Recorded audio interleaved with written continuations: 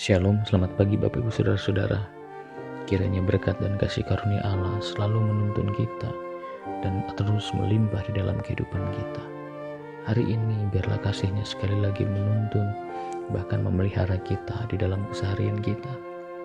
Mari kita memulai aktivitas kita dengan merenungkan kebenaran firman Tuhan. Biarlah kebaikan-Mu dan kasih karunia-Mu selalu melimpah dalam kehidupan kami Tuhan. Engkau selalu berjalan di depan kami dengan kasih setia-Mu. Tuntun kami Tuhan ke dalam kebenaran-Mu sehingga kami bisa mengerti setiap jalan-jalan-Mu. Tuntun kami untuk memahami setiap kehendak-Mu, bahkan setiap rencana-Mu di dalam kehidupan kami Bapa.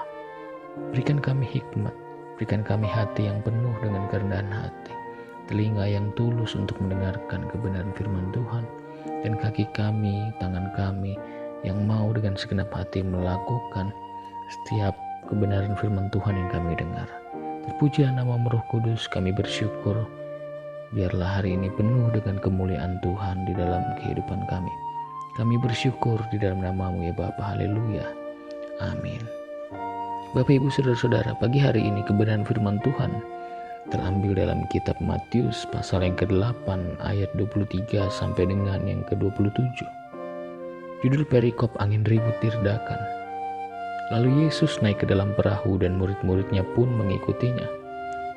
Sekonyong-konyongnya mengamuklah angin ribut di danau itu, sehingga perahu itu ditimbus gelombang. Tetapi Yesus tidur. Maka datanglah murid-muridnya membangunkan dia, katanya, "Tuhan, tolonglah, kita binasa." Ia berkata kepada mereka, "Mengapa kamu takut, kamu yang kurang percaya?" Lalu bangunlah Yesus menghardik angin dan danau itu. Maka danau itu menjadi teduh sekali. Dan heranlah orang-orang itu, katanya, "Orang apakah dia ini sehingga angin dan danau pun taat kepadanya?" Ya, Bapak Ibu Saudara, cerita ini adalah kisah di mana Yesus bersama dengan murid-muridnya ditimbus oleh angin yang begitu kencang. Mungkin acap kali kita juga mengalami situasi yang sangat menakutkan dan membuat iman kita goncang. Tetapi terkadang kita tidak menyadari siapa yang ada beserta dengan kita. Mungkin kita sering bertanya, "Yesus, di mana Engkau ketika kami dalam masalah? Yesus, di manakah Engkau ketika kami menghadapi pencobaan?" Tetapi sesungguhnya Yesus tahu apa yang akan terjadi di masa yang akan datang, yang sedang kita alami, dan apa yang akan terjadi di masa yang akan datang. Murid-murid tidak tahu apa yang akan terjadi ke depan, tetapi mereka tidak tahu bahwa di dalam perahu ada Yesus beserta dengan mereka. Yesus ada beserta dengan murid-murid, tetapi mereka tidak menyadari bahwa Yesus ada di sana, dan mereka takut dan merasa sendirian. Apa yang mau Yesus ajarkan untuk kita dapat menyadari kehidupan kita bahwa Yesus ada beserta dengan kita? Yang pertama adalah melihat dengan cara pandang Tuhan. Kita mempunyai perbedaan dari cara pandang kita melihat. Kita hanya melihat apa yang ada di depan kita. Kita tidak dapat melihat melampaui waktu. Tetapi Allah, Tuhan kita, mempunyai cara pandang yang luas. Dia berada di kotak waktu, sedangkan kita berada dalam kotak waktu. Tuhan mempunyai cara pandang yang amat sangat luas untuk mengetahui apa yang akan terjadi di masa yang akan datang. Tetapi yang pasti adalah ketika Dia ada beserta dengan kita di dalam kehidupan kita, Allah memberikan harapan yang pasti ketika Dia ada bersama-sama dengan kita. Salah satu ciri daripada pemenang adalah melihat dengan cara pandang Allah. Melihat janji Tuhan sudah ada di dalam kehidupan kita, bahwa keselamatan yang diberikan itu sudah ada. Bahkan berkat pemeliharaannya itu juga ada dalam kehidupan kita. Peristiwa bagaimana ke-12 pengintai melihat apa yang ada pada saat itu sungguh menjadi pelajaran yang sangat berarti bagi kita. Ketika 10 orang berkata bahwa kita tidak mungkin bisa masuk ke tanah perjanjian, tetapi yang kedua dengan yakin berkata kita akan masuk karena Allah beserta dengan kita.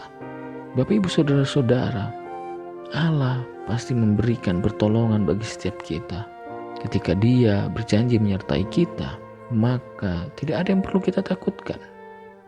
Kita harus melihat dengan cara pandang Allah, melihat bagaimana tidak ada yang tidak mungkin bagi Dia. Bahkan kasih-Nya diberikan kepada kita, bahkan keselamatan melalui pengorbanannya Dia sudah berikan. Apa yang akan kita takutkan ketika Allah beserta dengan kita? Melihat permasalahan itu dengan cara pandang Allah, melihat bahwa ada mentari yang bersinar yang Tuhan sudah taruh di sana. Cara pandang Allah selalu melihat dengan kasih, dengan kuasa-Nya. Bagaimana Allah ada dalam kehidupan kita.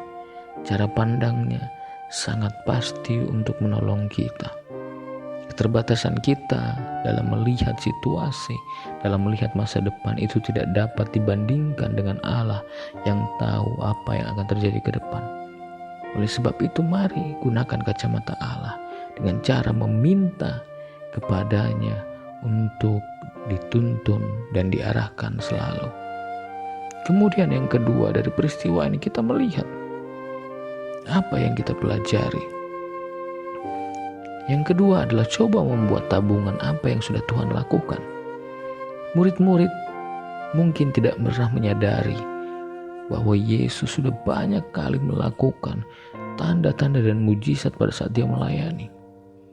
Tetapi ketika mereka diombang-ambingkan oleh angin topan, mereka ketakutan. Apa yang mustahil bagi Yesus ketika Dia sudah berkarya? Terkadang kita lupa dengan pertolongan Tuhan di dalam kehidupan kita ketika kita menghadapi situasi yang sulit. Seolah-olah kita berada dalam jalan di mana hanya kita yang berada di dalam jalan pergumulan itu. Tetapi coba melihat ke belakang bagaimana Allah menolong kita, dan coba hitung berkat yang sudah Tuhan berikan pada kita. Daud menghitung berkat Tuhan sampai ia lupa berapa banyak kebaikannya dalam kehidupan Daud. Mengapa kita harus melihat kebaikan Tuhan?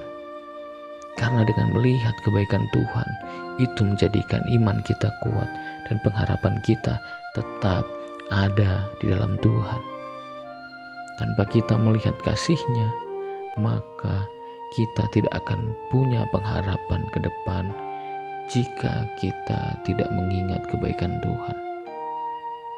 Murid-murid lupa dengan apa yang sudah Yesus nyatakan di dalam pelayanannya. Ketika menghadapi situasi yang sulit, terkadang kita bisa lupa dengan kebaikan Tuhan. Kita panik, kita takut. Kita tidak dapat berpikir jernih dan iman kita digoyahkan. Tetapi coba berpikir tenang dan berdoa. Kuasai diri supaya kita berdoa, supaya pengharapan kita timbul dan iman kita kembali untuk berharap sepenuhnya kepada Tuhan. Mari kita berdoa. Tuhan Yesus, dari kebenaran firman Tuhan ini kami belajar bahwa kami harus punya cara pandang seperti Engkau. Dengan cara kami mengandalkan Engkau, selalu bertanya kepadamu dan selalu mengingat kebaikan-Mu Tuhan. Ajar kami untuk terus taat, ajar kami untuk mengandalkan Engkau dalam situasi yang sulit, menghadapi permasalahan di tempat pekerjaan, menghadapi permasalahan di tempat kami bermain atau dalam komunitas kami, bahkan dalam ruang lingkup gereja kami, dalam rumah tangga kami mau mengandalkan Tuhan. Roh Kudus bimbing kami, Roh Kudus tolong kami untuk kami dapat hidup untuk mengandalkan Engkau. Terpujilah nama-Mu ya Tuhan. Kami bersyukur untuk hari yang luar biasa ini. Di dalam nama Tuhan Yesus, haleluya. Amin. Terima kasih. Tuhan Yesus memberkati.